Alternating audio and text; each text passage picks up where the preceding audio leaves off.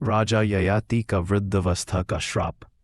ययाति नहुष के पुत्र और पुरु वंश के महान राजा थे। वे अत्यंत पराक्रमी और धर्मप्रिय शासक माने जाते थे।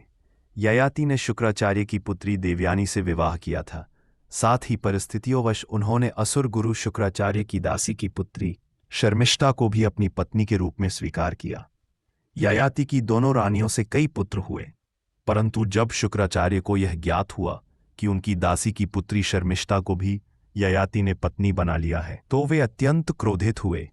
उन्होंने ययाति को श्राप दिया, हे ययाति, अब तुम तुरंत ही शीघ्र बुढ़ापे को प्राप्त हो जाओगे। ययाति अचानक वृद्ध हो गए। उनका यौवन नष्ट हो गया, लेकिन उनके भीतर अभी भी भोग की तीव्र इच्छा शेष थी। उन्होंने अपने पुत्रों से कहा, मेरे बच्चों, तुम में से कोई अपना यौवन मुझे दे दो और मेरा बुढ़ापा स्वीकार कर लो, ताकि मैं अभी भोग कर सकूं। यदु और तुर्वसु ने मना कर दिया।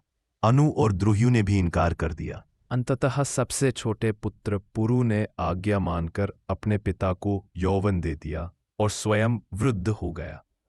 राजा ययाति ने हजारों वर्ष तक भोग किया, लेकिन अंततः उन्होंने अनुभव किया कि इच्छाओं को भोगने से वे कभी समाप्त नहीं होती, बल्कि और बढ़ती जाती हैं। केवल वैराग्य से ही इच्छाएं समाप्त होती हैं। यह समझकर उन्होंने पुरु को यौवन वापस लौटा दिया और स्वयं बुढ़ापा स्वीकार कर लिया। फिर वे वन को चले गए और तपस्या में लीन होकर मोक्ष प्राप्त किया। शिक्षा यह कथा सिखाती है कि भौतिक इच्छाएं कभी पूरी नहीं होती। भोग से नहीं, बल्कि संयम और वैराग्य से ही सच्चा सुख और शांति मिलती है।